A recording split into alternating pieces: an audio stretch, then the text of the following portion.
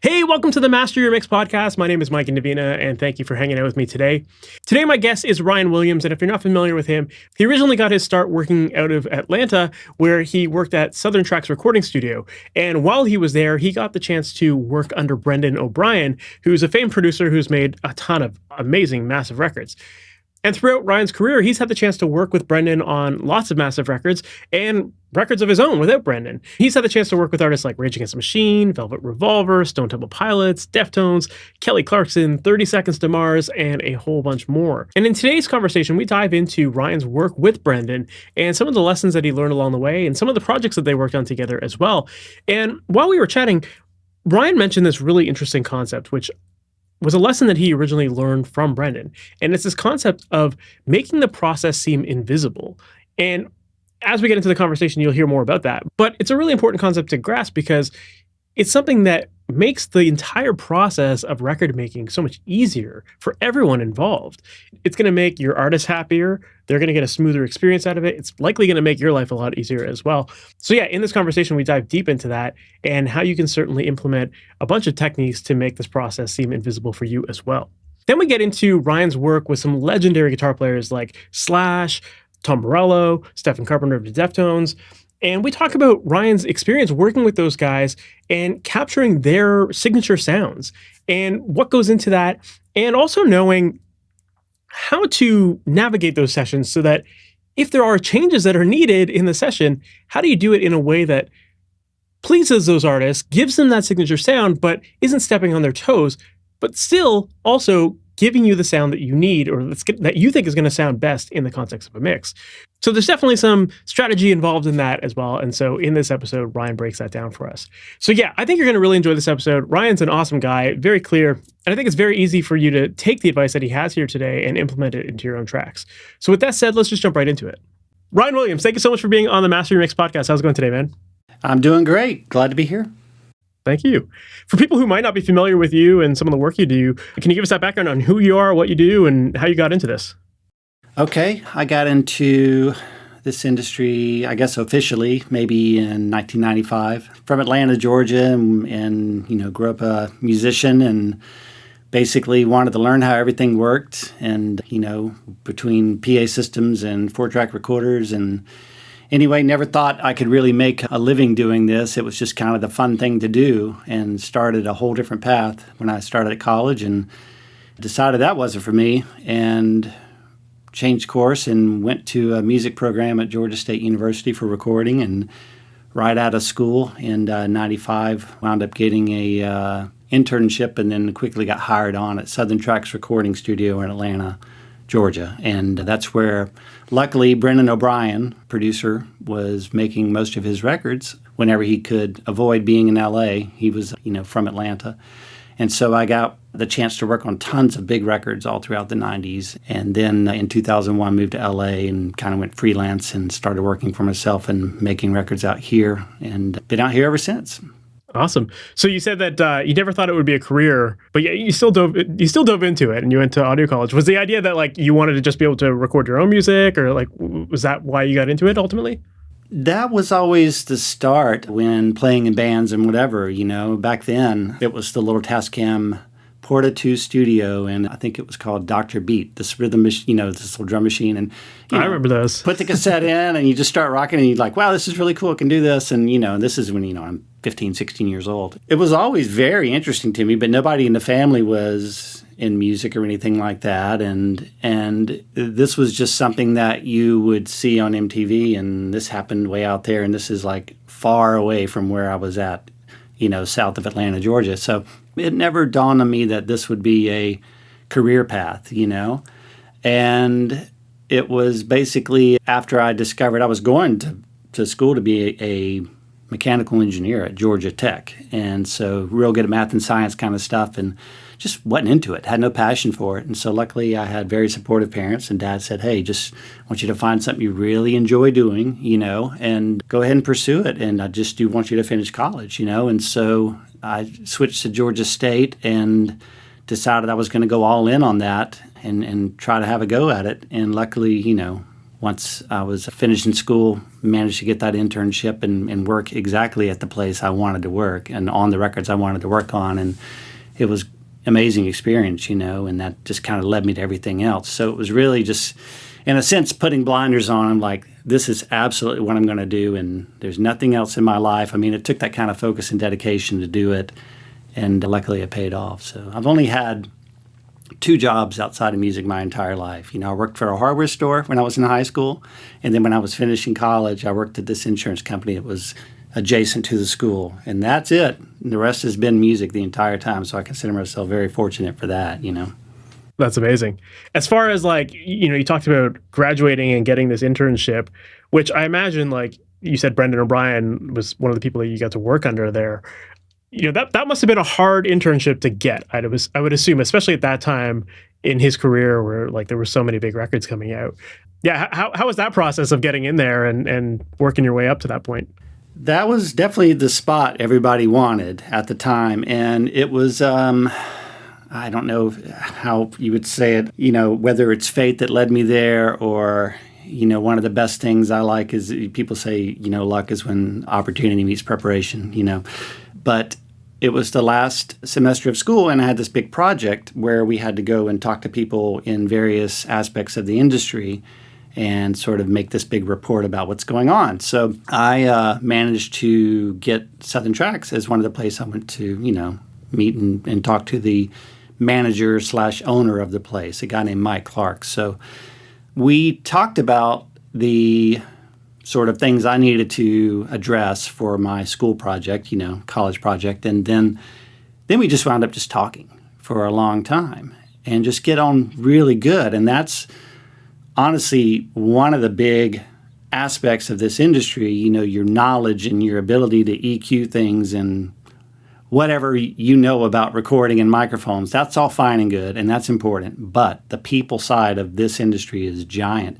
And can you be in the room with people and have them feel comfortable? Can you fit in and just know how to navigate that? And are you just a good hang, as they say? And we just got on really well. And so as I'm leaving, I'm saying, well, Mike, I'd really love to work here at any point if you need an intern. Oh, we got somebody right now, but, I'll keep you in mind. And I'm like, oh, okay, well, we'll see.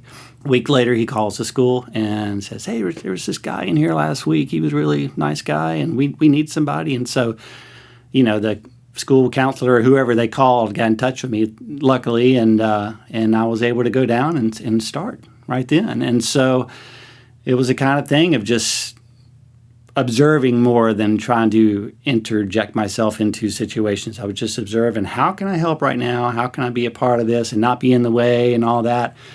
And just got really comfortable with the guys quickly. And I was in the room very quickly. So a lot of times as an intern starts, they're just hanging out in the lobby waiting to go get food and just waiting on the opportunity. Well, I did that about 1 week, and then boom, I was in the room, and I'm like a second assistant. So I'm shadowing the assistant there, who I'm still really good friends with, a guy named Karim Costanzo. He worked on loads of records, and he made like the Chinese Democracy Guns N' Roses record, and he's done a lot in the industry, and we're still really good friends. So anyway, I learned a lot from him just watching him. This is what you do as an assistant engineer or a second engineer in a session, It's how you make notes. This is where you kind of lay back and all that. And I learned how to basically anticipate what the next move is going to be and be a step ahead.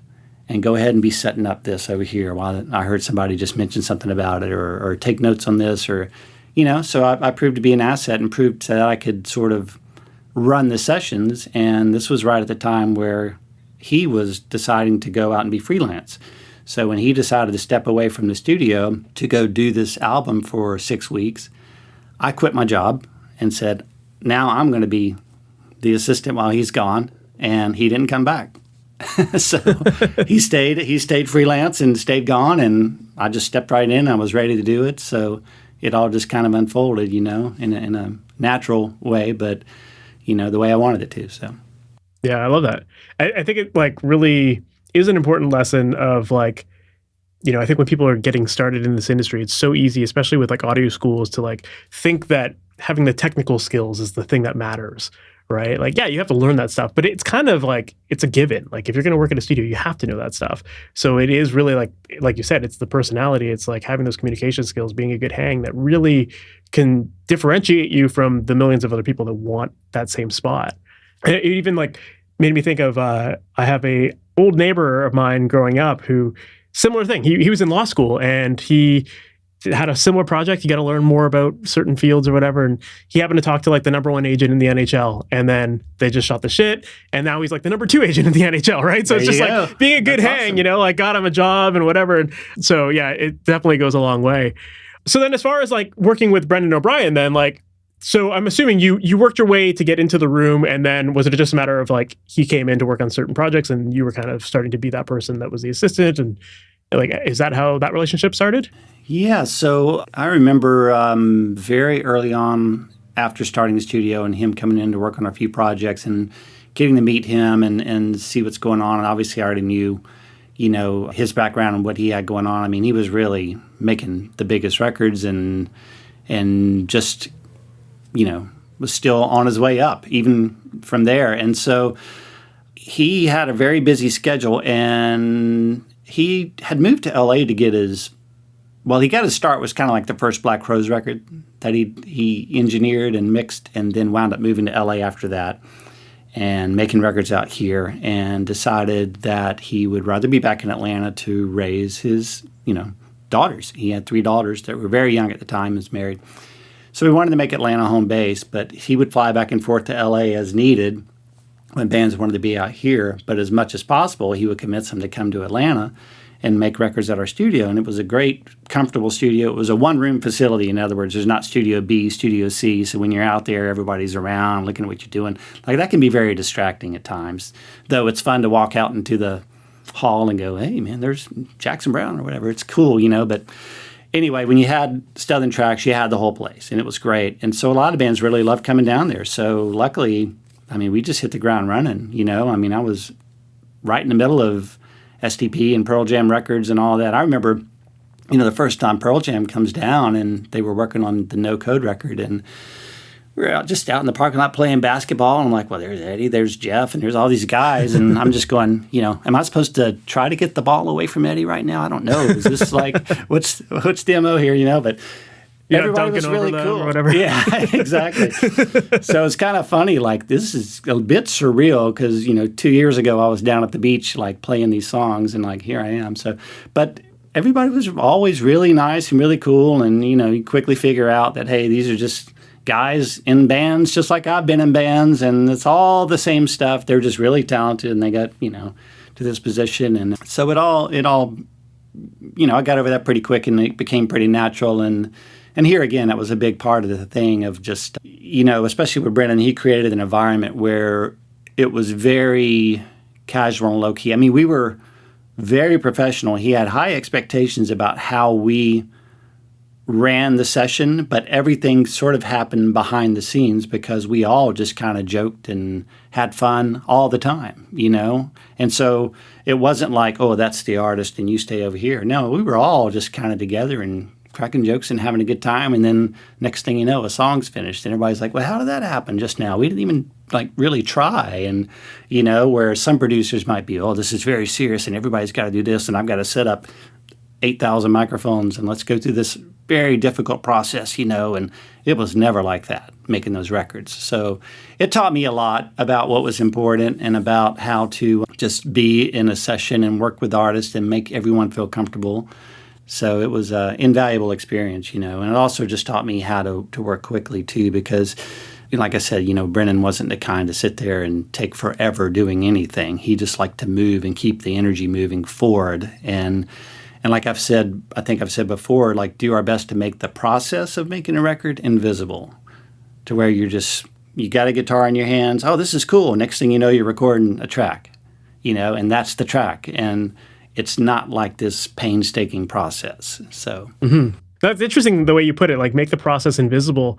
Like what would you say are some of the ways that you guys would go about doing that? Like obviously, you know, it's fun to be just a good hang and play basketball when you got some downtime, but like how did you guys make it seem like it's a pretty seamless, you know, process where people weren't really thinking about? A lot of it comes to sort of preparation. So, for instance, like on day one of a session, a lot of times, a band might be bringing some of their gear, but Brennan had a ton of gear. He had a great drum set that we like to use on a lot of those records, made by, I don't know if this has been mentioned ever, but this company, Noble and Cooley, Oh yeah, is I remember sort that of band. a boutique, drum manufacturer. So Brennan bought a set of those. That was the main kit on a lot of those records back then that we made.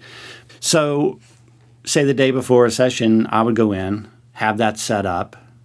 I kind of learned to tune because we didn't have drum techs coming out. Like some sessions, drum tech, guitar tech, and all this. You spend $8,000 before you start. We didn't do all that. We just, I kind of learned how to tune drums, and I would have the mic set up. I would have them routed to the console, and so when a band walks in, everything's kind of there, ready to go. And it's like, hey, why don't you guys step out? And we'll just kind of start, get a feel for the room, whatever. And often by the first night, we've got 2 basic tracks done, and the band's like, well, how did that even happen? Like last time, we're sitting there going on the snare drum for like, an hour, and it's like, nah, we don't need to do that.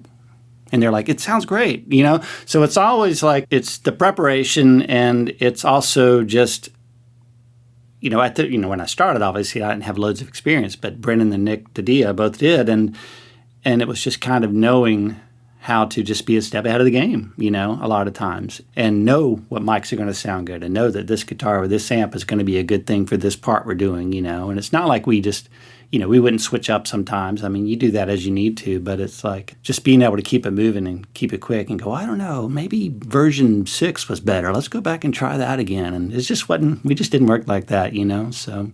Yeah. It sounds like almost like you were talking about how when you're interning, it was just like thinking about, thinking 10 steps ahead of the band. And, when you heard them say something that maybe they'd come back to, you were already prepared for it. So it kind of sounds like you guys were just taking that same approach to, making sure that the instruments were ready, the mics were ready, and like the drums, like, no need for a drum tuner. Like we've already taken care of that, and just really making it so, yeah, they don't have to worry about that at all.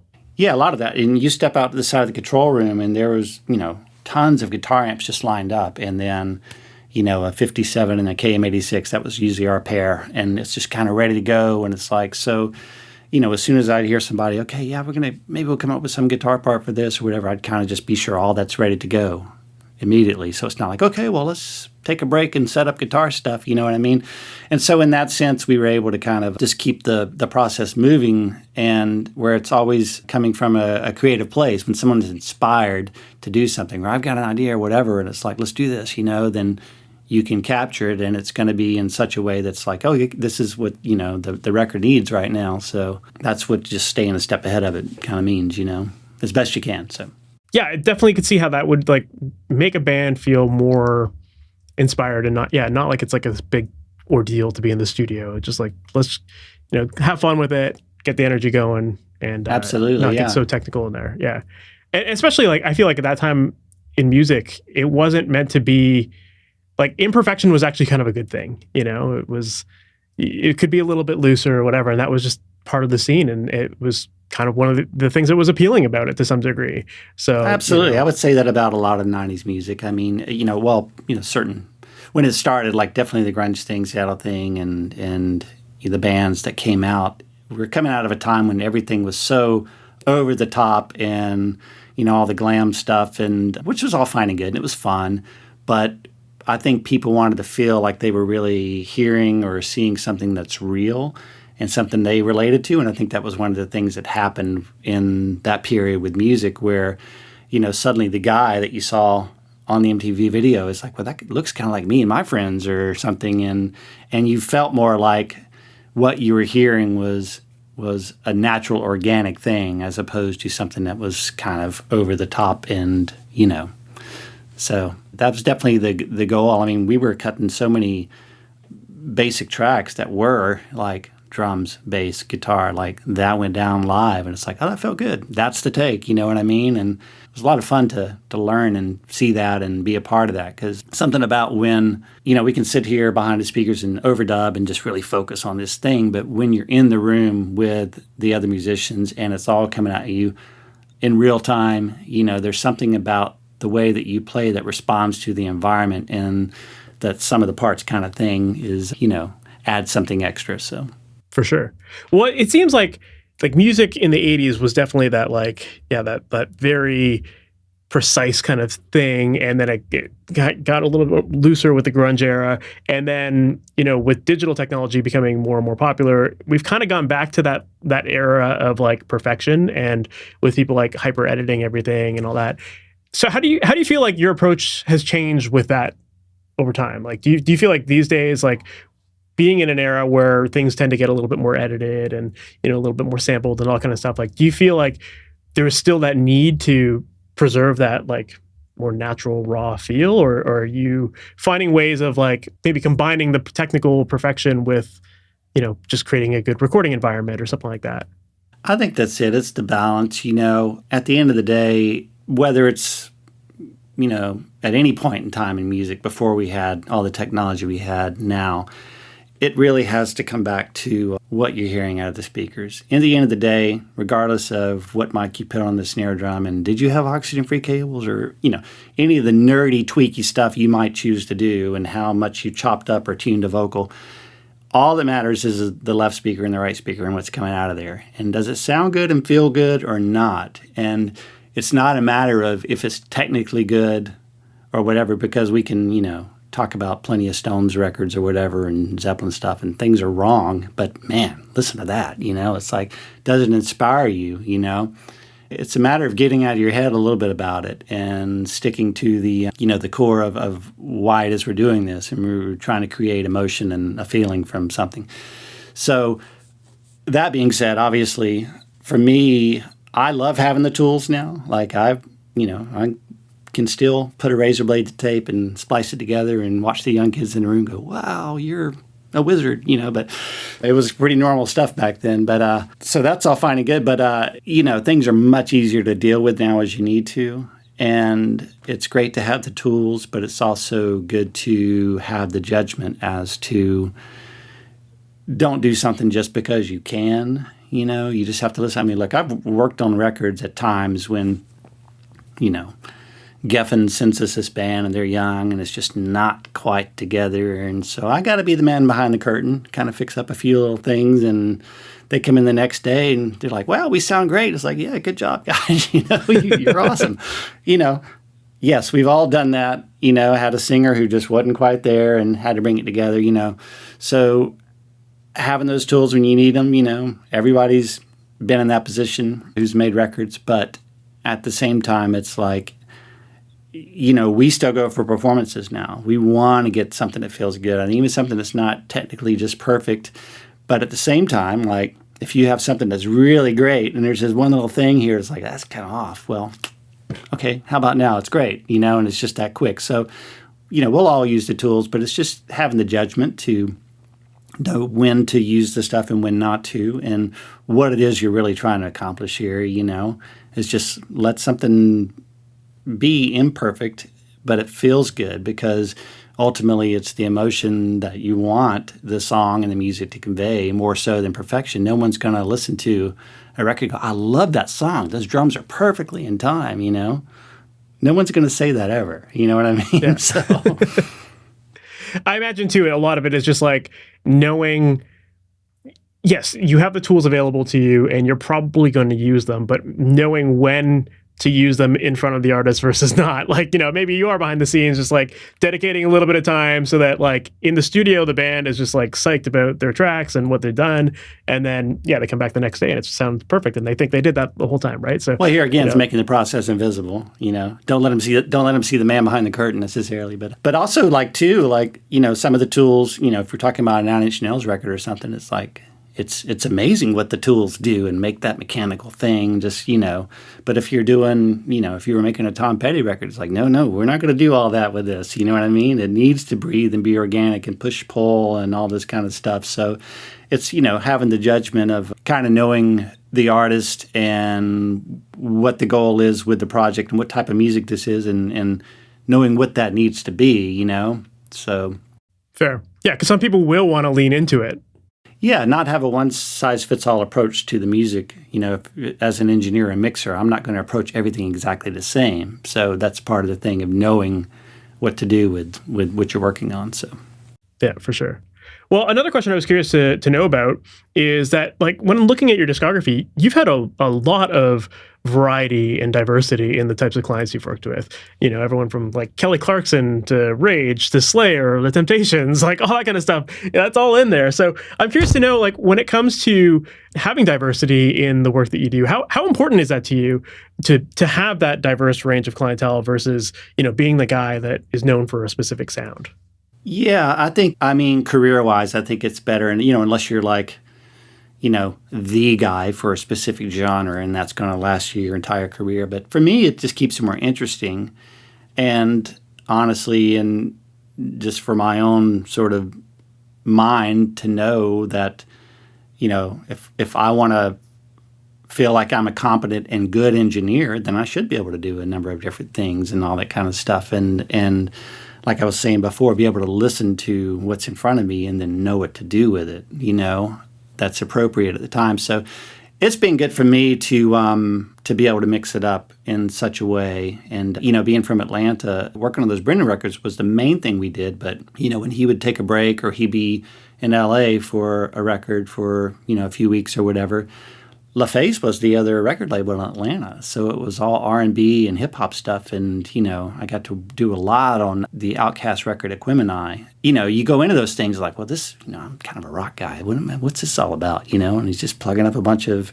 I learned so much on those records, though, and it's almost like, philosophical things you learn about just the approach and what's going to make this song good. And even from, like, some of the mix engineers who would work on the R&B stuff, it's way different than the way I would mix rock, but I would always pick up little things along the way. They're like, oh, that's really cool. I was doing that. And they'd always share. So it's kind of like having a big palette to pull from. It's like I have this big book with all these entries in there. And it's like, and so as I'm working on records and things come up, I'm able to go, oh, I remember, yeah, this page right here, I can do this, So it's all the experience is good and it's worth something. So getting a chance as an assistant to work on loads of different things has helped me later on because things have, come my way that aren't just straight down the middle rock stuff. So it's really helped me in that way. So that's awesome. Do you feel like your approach to engineering differs depending on the genres that you're working on? Somewhat. I mean, ultimately, if we break it down to its core, I'm going to take a microphone, I'm going to plug it into something, I'm going to stick it in front of somebody or some amp, and it's like, does that sound what it's supposed to sound like? I mean, it's really kind of that simple. I wouldn't say there are any things that I inherently do that would be different. I'm pretty much going to mic up a drum kit the same way, but how aggressive I might get with compression or room mics or the amount of point on the kick, that's going to depend on the genre and what's going on. And it's always just kind of, it's more of a reactive thing for me rather than being in my mind. I never go in with something and make mental notes of like, okay, this is this, therefore I'm going to do this. Somebody starts playing, I listen and go, okay, this is going to be it, So it's just my taste, I guess, Just like if a chef was going to throw ingredients in a pan and start putting seasoning in it, they just kind of do that, And it's like if you do this long enough and you listen to enough different music and you sort of have that encyclopedia in your mind built up. It just kind of flows naturally, and you just kind of end up knowing what to do. So there will be some things that differ, but I think they just wind up eventually becoming a natural thing, So yeah, it's like fundamentally the tools are all the same. It's just about kind of tailoring it to a specific song or whatever genre, I guess. Exactly. I mean, I'd probably stick a Neumann 47 if I have it in front of any singer in any genre and just try it, and obviously you get some screamo metal stuff. It's like, okay, well, definitely we're going to get the SM7, but generally it's kind of the same stuff no matter what, you just kind of, put a mic in front of it and just work with it till it's what it's supposed to be. So a lot of it is, technical knowledge is very important. And you got to know that you're using gear appropriately, and somewhere along the chain, you're not like, screwing something up or distorting or, those basic sort of technical things. But ultimately, it's sort of trusting your instincts about, does this sound right for what we're doing right now? And that's just something that has to develop over time, So for sure. Well, to kind of tie into that question, like you've worked on a lot of records for artists that have had successful records prior to the ones that you're working on. And I'm curious to know like how that comes into play or how that affects the work that you do as well. Like, do you find yourself trying to maybe reference what they maybe had done on previous records to get like more consistency, or is that not even a factor at all? It's less of a factor now, which is kind of nice in sort of the current way of making records and whatever. Now everybody's just kind of a little more free to do what they want to do, because the conventional industry of like we're making a CD of 10 songs and they got to be cohesive and everything fits together. It's a little different these days, and people have a little more freedom, which is nice. But I would say, 90s, early 2000s, it's almost more fun making an artist's first record, because there aren't any preconceived things to go with it. There's likely going to be, at least one song, if not a couple more, that the label's like, oh yeah, we think this is going to be the hit, whatever. So the A&R guy might put a little more focus on that sort of stuff. But generally, no one's heard this artist yet. There are no expectations in terms of previous work and the sound. And so you're kind of free to, you have more of an open palette to do what you want to do with it. And there's a little less sort of pressure to follow up with something you had before, because what happened is, an artist has some hits that come in for album number 2.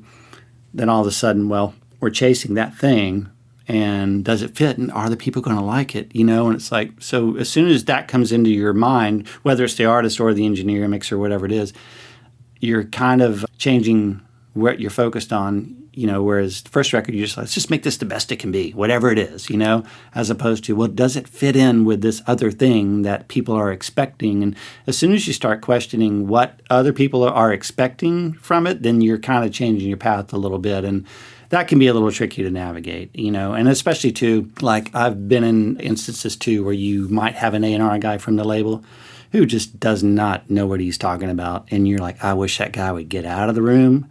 I wish he'd never come back. But it's part of the process, and that's part of the thing here too, is like knowing how to be in the room and talk to these people, make them feel important, listen to them, try to, accommodate their requests and all this kind of stuff. But, it can be hard when you have a guy you're just like, oh, he's kind of he's somebody's nephew, and that's why he's here, or something like that. So you get to it, and that's part of the psychology of the whole thing, so.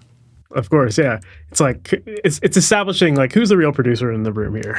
Let's keep the focus on the music and not the sales. Well, there's that, and then sometimes you might get a label guy who's like, oh, this guy's great. He actually gets it. Like the comments here he's making are relevant and whatever, and so that would exist too. But it's just all about learning how to navigate that process, and ultimately, like these bands are signed to a major label. There's a large investment taking place, and that's one of the tricky things to navigate is to balance the art and the commerce at the same time. You want, like as a musician, everything is like, I'm here with a band. It's like, man, I'm here for you. Like, let's do what's, you wrote these songs. Let's make these your songs and do what you can. But at the same time, you got this other side. It's like, these guys invested a lot of money and they want to sell some records. And it's like, okay, how can we make the best out of these two worlds, which ultimately is going to make everybody, in the best position. So, yeah, that's true. I think a lot of people, it's like you think of being in the studio because the band is like your boss in this case, like you're focused on the band because that's where the art happens. But really, sometimes it's the label paying you. And so there is always that kind of push and pull for sure. Well, that was a good thing about the Atlanta days. Being in Atlanta, all the label guys were out here, so rarely would anyone fly down there. And luckily at that point, Brendan had enough success, and he's like, hey, if you want to have comments, you want to be a part of this, you need to be down here. And they'd be like, so a lot of times they just stay away and just let us make records and everything. So that was really, actually really good. So that's amazing. Well, speaking of bands that had some successful records before you got to work with them, one record that you worked on that I'm a big fan of is the Rage Against the Machine Battle of Los Angeles record. And I'm curious to know, like, what was it like working with those guys? Really fun, man. Let's see, the first time I was in the room with them, it wasn't long after I started. They were doing Evil Empire with Brendan and doing some overdubs and stuff at Southern Tracks. And this is just right when I started. And so really nice guys, really, really cool and fun to be around. The music's so intense, you hear that stuff and you're like, man, it'd be scary these guys going to like, whatever, be intimidating. They were super cool, super down to earth, big music fans of all kinds of stuff. So when they were doing Battle of Los Angeles. God, I remember that year we worked on it was a busy year for Brendan, so we were working on a lot of different stuff. And he had started the record. I remember him getting a cassette. They were in like Mate's Rehearsal or Cole or one of them, and it was just them in the room, like a small jam room, playing all these songs. He comes back with his cassettes, man, check this stuff out. This is really cool. It's like they're on it, and playing some songs. Like, it sounded great just at that. I mean, those guys had something special about the way they sounded when they played together in a room. It was just like, wow, this is like very special and heavy. I mean, Tom's on a Telecaster and not like drop huge, tuning or anything, and just one Marshall, and just that whole thing with the band just is the heaviest thing imaginable. It's so good. So, well, that was how like Garth Richardson recorded the first record too, right? He just kept them live. Had PA in the room and everything. Yeah, for sure. So, I mean, they had something special, but they did the majority of the basics and the tracks out here in LA. And I think they were working at Henson a lot in D on that stuff. And then came back to Atlanta to do some overdubs and mix. So I recorded some of the vocals with Zach on that. And I think we did a few guitar overdubs in Atlanta as well. And then did, all the mixing and stuff. And it was cool working with Brendan on the mix of that. Because, I would always set stuff up and just put up, the quick balance of just like, it's all laid out on the SSL and kind of ready to go. But you could just push faders up and it's like, well, it's kind of there. And he did not spend a lot of time on those mixes, but because you would ruin it if you did. If you got too far inside and tried to make it super technical and super clean, it's kind of supposed to be raw and just energy. And so a lot of those mixes came together pretty quickly, but that's the way it needed to be, and it sounded great. So I've run into those guys, and I worked with Tom on a few things after that when I was out here, and it's always good to see him. Super nice guys. Awesome, man. I love that. Well, with it being recorded in a bunch of different places, like, was consistency also something that you had to consider? Like, when you're getting tracks over at a different studio and, now you're adding something new, like, was that a factor in how you were tracking things? Not so much. I mean, only if you were going to try to, if some vocals had already been done and you're going in on the same track and, match the mic, and that's about it. We didn't think too much about that. When even at Southern Tracks, when recording, drums, like, I mean, we had sort of our main room where we like to set up drums. So it's like, oh, this song, let's do something different. Let's put them over here and do it in this little small booth. We'd mix and match. Having consistency from song to song was never something we thought about. It was always a song-by-song basis of like, this is going to sound good for this song. And so the only time we would worry about consistency and like if something came from another studio, obviously, put the tape on with the tones and align the machine, all that kind of stuff. But, we just match up the mic. It's like, oh, you sing this on SM7, plug up that, and let's punch in. So that was kind of it. Yeah, I imagine too, like most people are probably choosing something similar, like SM7 is going to sound great on his voice. And you might not use a U47 or something like that. No, a lot of times with him, just because of, the type of music and the intensity, we would set up like monitors, like live monitors, like wedges on the ground, and he would have an SM7 or sometimes an RE20 even, and just go live. And so that would just bleed into the mic a little bit, but it's fine. But I'm sure that handheld thing, like that probably was part of the energy of those performances too, right? Oh yeah, you can get a lot more intense with things when you're not like standing in front of the $8,000 mic and you need to stand right here and don't move. It's like fair. It changes the mindset a little bit. So yeah, a lot of that was the handheld. Absolutely. Well, another record that I'm curious to learn a little bit more is your work with Velvet Revolver. And I know you had done some work with Stone Temple Pilots prior to working on that record. But what was it like to get the Guns N' Roses guys in the mix as well? That was pretty special for a number of reasons. I'll just go back to when I was in bands in Georgia, just south of Atlanta. I grew up about 30 minutes south, and my first band in high school, it's funny, we were called Bad Influence. How's that for a name, right? For 80s, high school guys. And probably one of the first times that we played out, we did some Battle of the Bands thing, and the song we played was Welcome to the Jungle. And I'm 15 years old, and like, so fast forward, here we are, producer I was working with, Josh Abraham's like, oh, we're going to go, do this song. They had done a song for the Hulk soundtrack, and they weren't quite sure how they were going to make their record. And so, we sort of got our audition, I guess, to go in just to kind of see how it went. And it's like, wow, this is a big deal, So, and I hadn't been in Los Angeles very long at that point. So this is kind of like, okay, this is it. I'm a freelance engineer. I'm in Los Angeles. This is the big time, and this is kind of where it's starting. So it was all exciting. I wouldn't say intimidating. I felt ready. Like, I'm ready to do all this, it's all good. So, but I remember the first day at NRG, those guys coming in, it's like, wow, well, there's Slash and Duff, it was really cool, like getting to see these rock stars that were, from my teen years, like here they are, and I'm going to be the guy, and so I got over that pretty quick because they're super cool, super down to earth, and we start talking about the normal stuff and Aerosmith and Stones and guitar tones, and we just kind of set up real quick and did the song, and it went really quickly, It turned out great, and they said, man, this is great. This is it. This feels right to us, and obviously I already had the relationship with Scott. I knew him from 3 different STP records at that point, so it was really fun to see him and be in the room and have that thing happen, and it just all flowed really smoothly and organically. So they were into it, so we jumped right into the record, and that's awesome. It was a blast, yeah. Yeah, that's like a full circle moment for you, I'm sure. Absolutely was. So it was exciting, a very exciting time for a number of reasons. It was nice to be in the room and to, we had this sort of task in front of us of are we going to be the ones that they choose to make the record? And it's like, yeah, we are, and we're going to do this. And it all went really well. So we had a good time doing that. Very cool.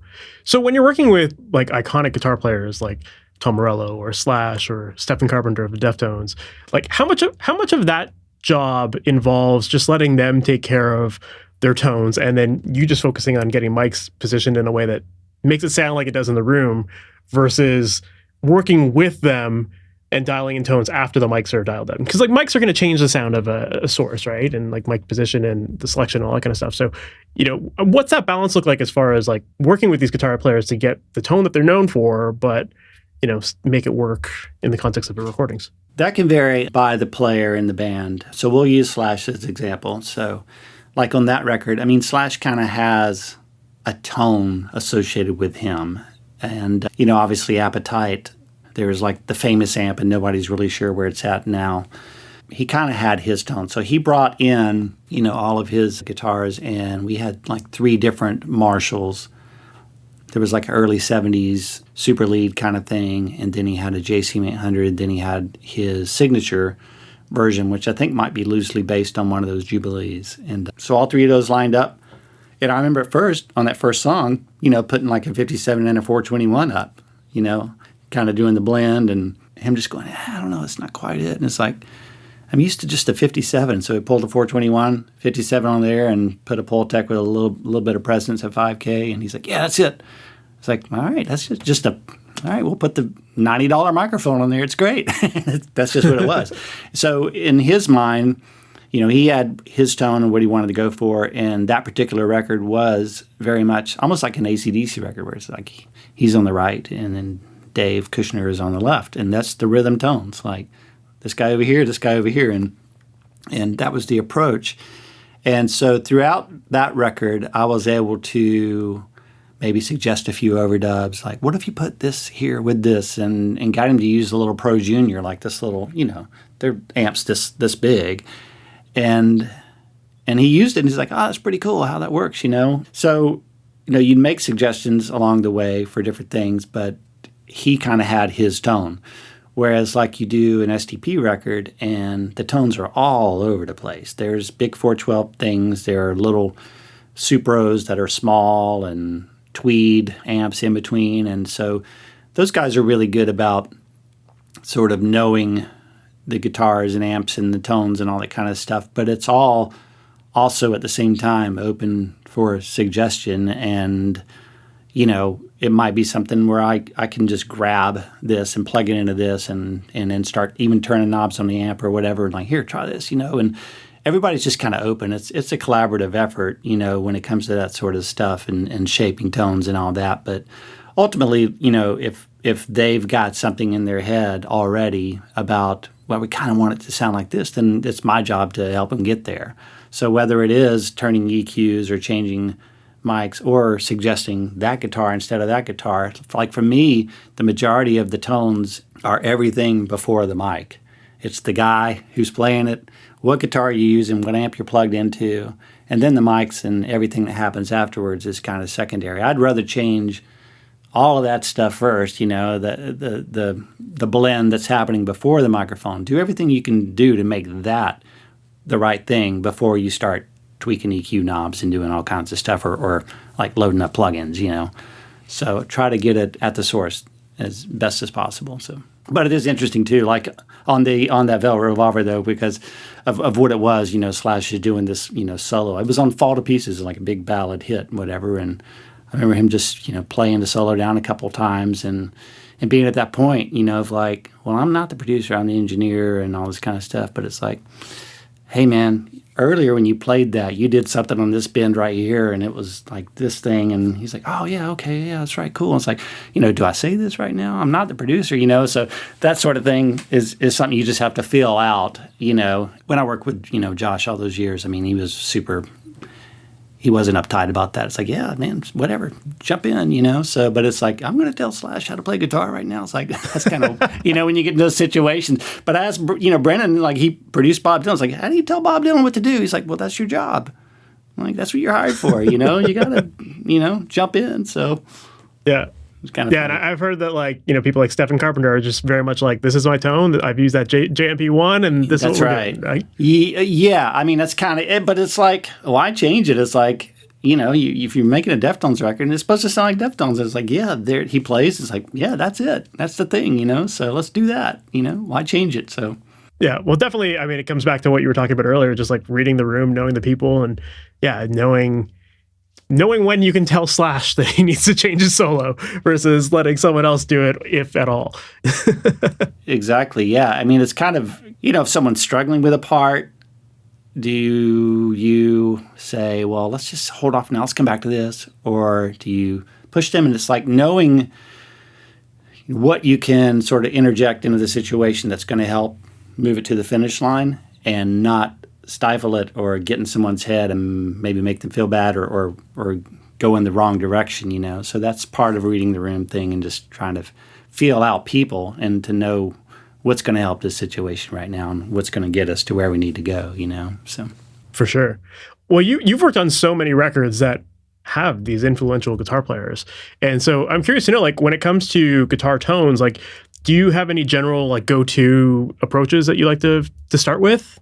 It's just all a situation by situation basis, but I'm a guitar player, I mean, that's first and foremost where I started, and I still, will buy guitars and pedals and all that kind of stuff. So I can nerd out on that stuff big time and still very inspired by all that stuff. So, when it comes time to getting guitar tones and all that, it's kind of like I said, I sort of, and I learned a lot of this in Atlanta with Brennan. It's the first time I'd had access to all that gear. It's like, I've never had a 64 Strat in my hands before, but Brennan had all that stuff. So I was able to really learn a lot about tons of different guitars and amps and things like that most people wouldn't have had access to. And so that here again just became my color palette to work from. And so when it comes to, getting guitar tones and all that kind of stuff, if I'm with an artist that kind of am helping them find a tone for something, then I have a pretty good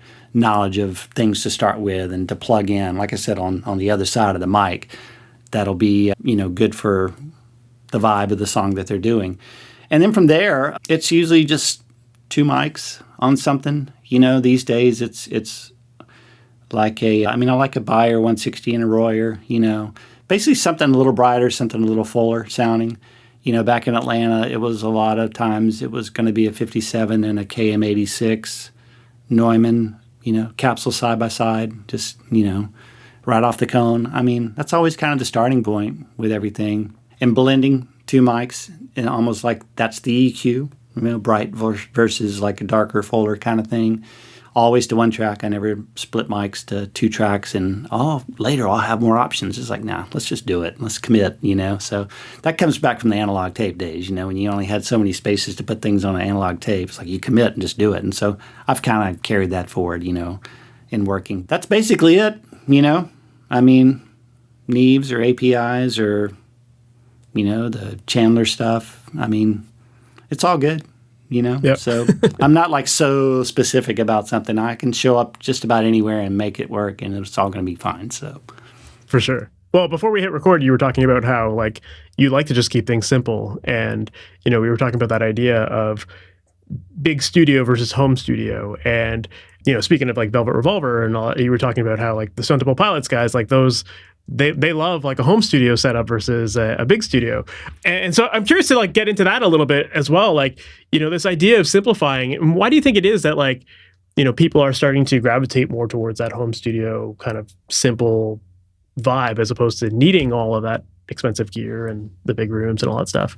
Well, at first, let's just say maybe around 2010 to 12, that area, the industry changed a lot. And so the answer that goes back then, it was out of necessity, basically, because the $2,000 a day studio with a catering budget and rentals and all these things that we spent, on records and we had because the budgets were there, that was changing, And so it was at first out of necessity. A lot of people just developed home setups. But at the same time, technology was on a path that enabled that, people to have that and also get really good results. And so there's still been many times when I do have budgets and, we'll go to Sunset Sound or NRG or any of the studios, and record drums and record other stuff there. And it's all fun. But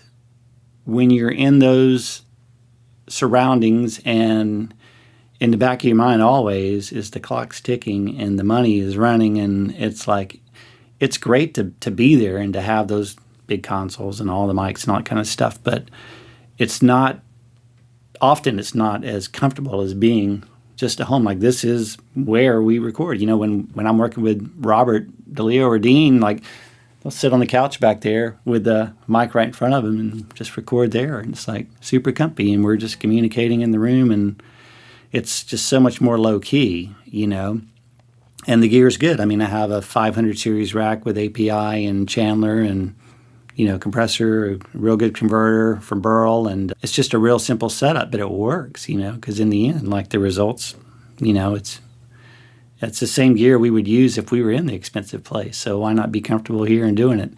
And so one of the things that's changed with that as well is we're able to kind of mix as we go, in a sense, and working in Pro Tools and everything. As soon as we start recording anything, it's like we're kind of listening to the record we feel. I kind of got that from Brendan as well, like from, the first drum track that went down, it should kind of sound like the record. It's not like, well, later when we mix, so you have to try to envision this and not know what you have the whole time. It always kind of sounded like the record, and so now with Pro Tools and the way we work is like as soon as we start doing anything, we start building a mix. And then something gets added and we kind of have an overdub idea. Well, we get the sound that fits into the mix right then, And so at the end of the day, people go home, it's like they're listening to, the mix of where it's at in the progress. And so at the end, when we're kind of finished, I think that song's done.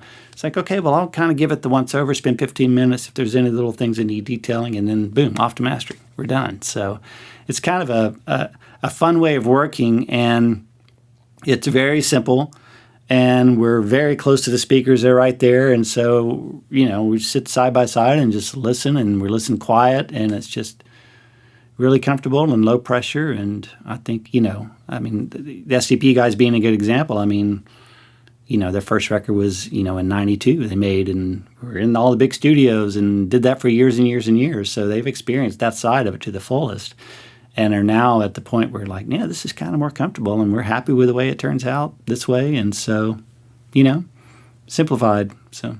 Yeah, it makes sense, especially with like the 500 series rack. Like you only need a pair of preamps most of the time. You don't need that big board in front of you with 72 channels of something you're not going to even use. You know.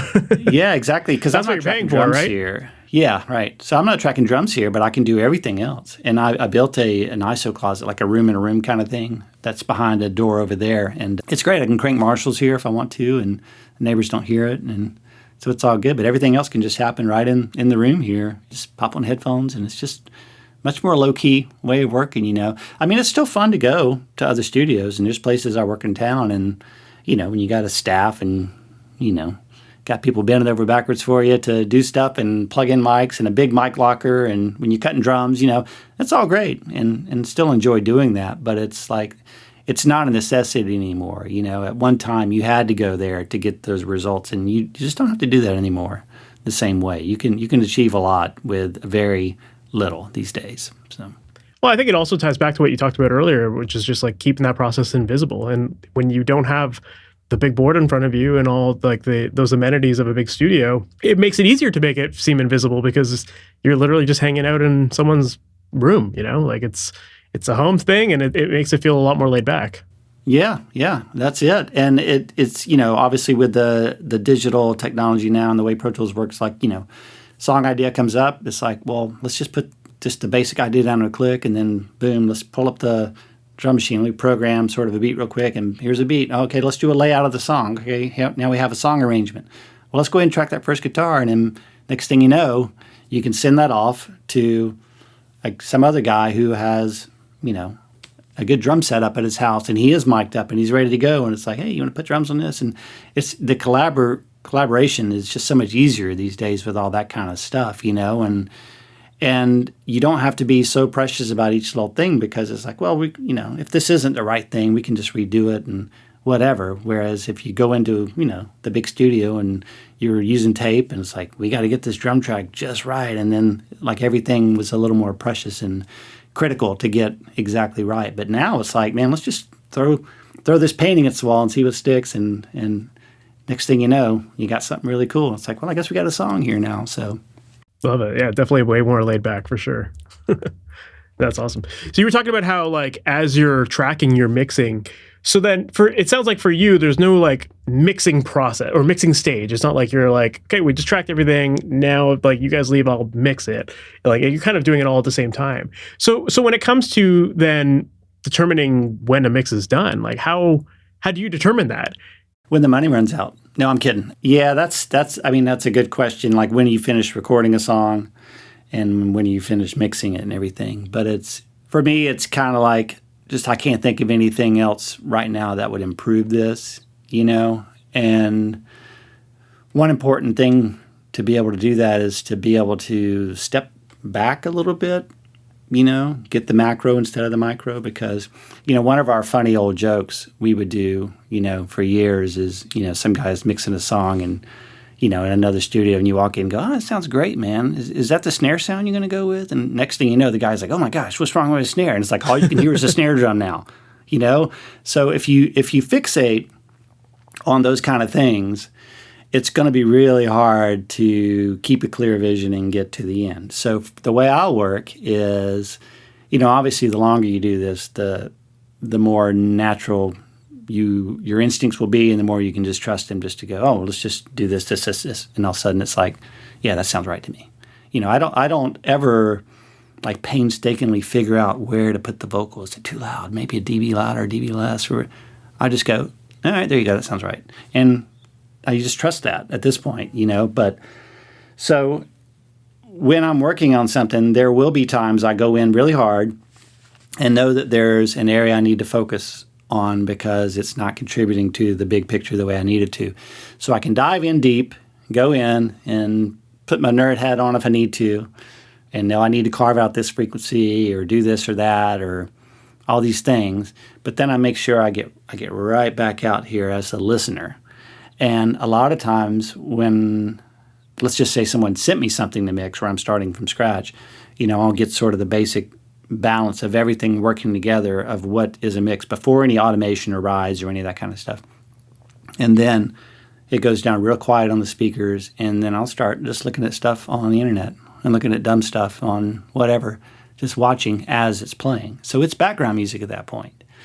And that enables me to get out and just be a listener, a casual listener, but I'll often hear things that are just like, oh, that's not right there, or this sticks out in a weird way, or whatever, because if I'm just pinpointed on a snare drum sound and all that, I'm going to miss everything else because I'm way in here where everything else is happening here. You know what I mean? So it's important to be able to step out a little bit so you can really be objective about what you're hearing as a listener, because ultimately that's, you want to appeal to a listener and not like just somebody who's going to be listening to a great, because a crappy song with a good snare sound is still a crappy song. So it's like ultimately, what's the important thing we're doing here? So that's kind of what it is. So, when we're working, I'm making a record with somebody and we're doing that sort of mix as you go thing. And at the end of the day, we're listening to stuff on the ride home or whatever, you might get a few comments about this just needs to come up a little bit, or I'd love to hear this more or whatever. And so we'll do those things. But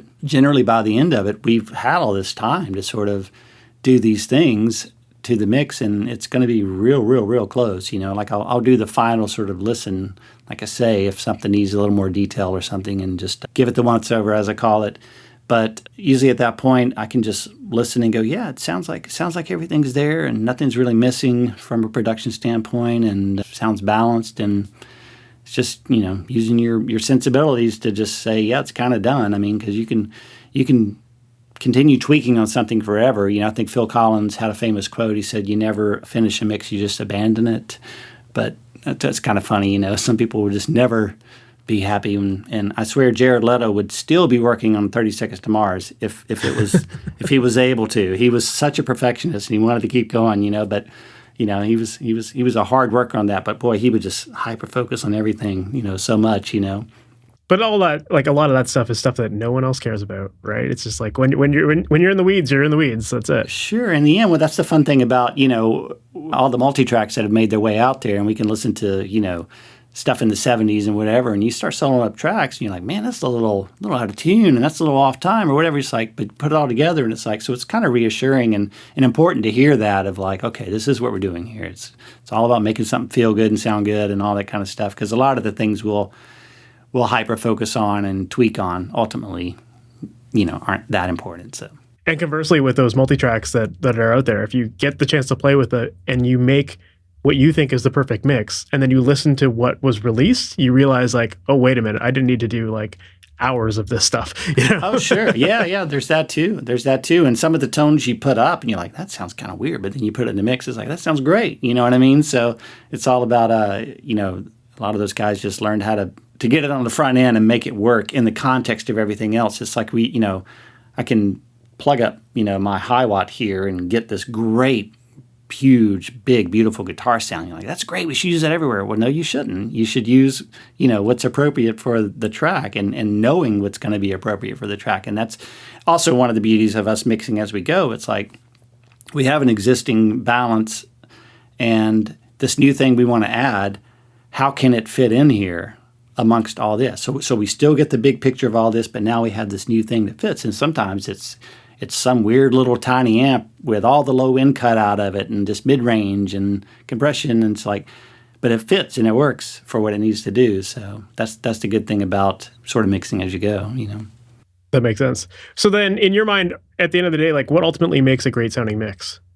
I mean, I guess if it makes you feel something, obviously the most important thing is a great song. It's always going to be a great song and a great performance, But from there, we can say, a balance where you're hearing everything clearly, but also just something that, if it's a rock song, is it hitting you hard? Does it have some emotion? I think there are certain aspects of sound that can be sort of subliminal, like our mind can attach to a vocal and, that kind of thing, or maybe a guitar sound. But I think, there are some things that just might hit you not on more of a subconscious level and make you feel something, whether it be the way the kick and snare and things are hitting you, But ultimately, it's just appealing to emotion, Makes sense. Ryan, this has been awesome. I've loved learning more about your processes and some of your experiences working with different artists. It's been a lot of fun. If people want to learn more about you or maybe even work with you, what's the best way for them to do that? I do have a website. There's not tons of info on there. It's basically just, discography and a way to get in touch. But it's on ryanwilliamsmusic.com, I believe. So I'm out there on that, and the email and all that kind of stuff's on there. So yeah, and feel free to, if anybody has additional questions, they can email me, and I'm good to answer. So freely share all the knowledge. There's nothing here about secrets of the pros they don't want you to know. It's like I always read those kind of things. Like, what are you talking about? It's like, I'm free to share whatever. So, well, that's what this is all about. That's why we're doing this podcast, right? Like, hopefully it's been helpful to some people.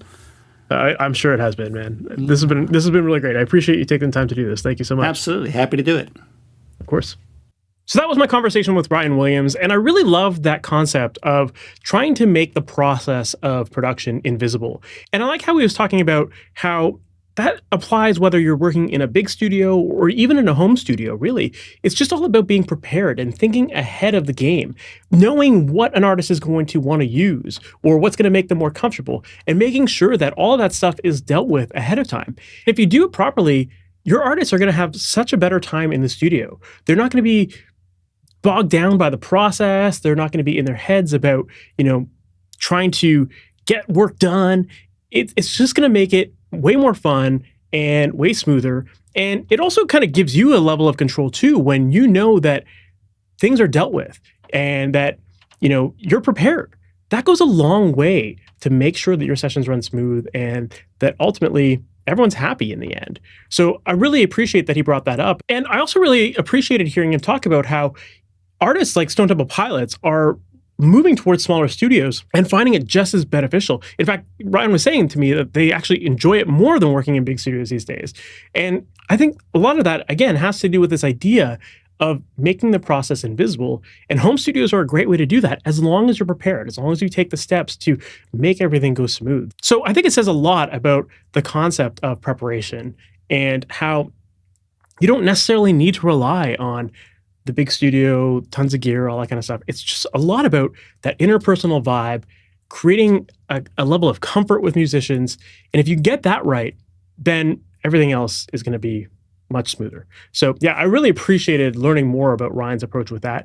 And then it was also really cool to hear him talk about getting to work with people like Slash and Tom Morello and, Rage Against the Machine. I love those artists. I love those bands that they're in. And so to learn more about the process of those records was definitely really cool to me too. So I hope that you enjoyed that as well. If you did enjoy this episode, please make sure to subscribe to the podcast. That way you're notified about all new episodes as they go live each and every Wednesday morning.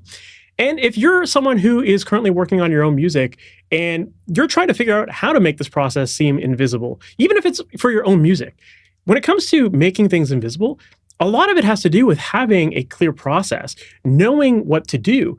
Because when you know what to do, you have a confidence level in it that makes things run smoother, right? Whereas if you're getting bogged down by technical processes and that kind of stuff, it can wear you down. So if you're looking for one-on-one help to make sure that you have that clear process, to make sure that everything goes smooth, that it goes fast, and you have confidence in your ability to get the results you're looking for, if that sounds like you, I would absolutely love to help you out. And inside of my coaching program, Amplitude, that's exactly what I do. I work one-on-one with you to help figure out what sounds you're going for with your music, and then we reverse engineer that process. We come up with a very clear game plan for recording, editing, mixing, and mastering your music so that you know exactly what steps to take, what to be listening for, how to dial in your settings, and ultimately get the results that you're looking for. And throughout that process, I'm with you in your corner, working with you, even working on opening up your mixes together. We're hopping on calls. We're doing a ton of stuff to make sure that as you implement it, everything is being done right and that you are getting those results that you want. So if you're interested in learning more, make sure to check out masteryourmix.com/amplitude. And on that page, you can find all the details of the program, but you'll also find a button where you can hop on a call with me. And I'd love to learn more about you and your music, what you're working on, what's working for you, what's not working for you, and to ultimately see how I can help. And if it seems like I can help, I'd love to invite you into the program. And on the call, we can talk more about that. But once again, make sure to check out masteryourmix.com/amplitude. And let's hop on a call. With that said, we've reached the end of this episode. Thank you so much for sticking around to the end. And I can't wait to chat with you in the next one. We'll talk soon. Take care. Thanks for listening to the Master Your Mix podcast. Please make sure to subscribe on your favorite podcast app and leave a review. If you have any questions or comments for the podcast, send an email to questions@masteryourmix.com. And for more information on how to create pro recordings from your home studio, visit masteryourmix.com.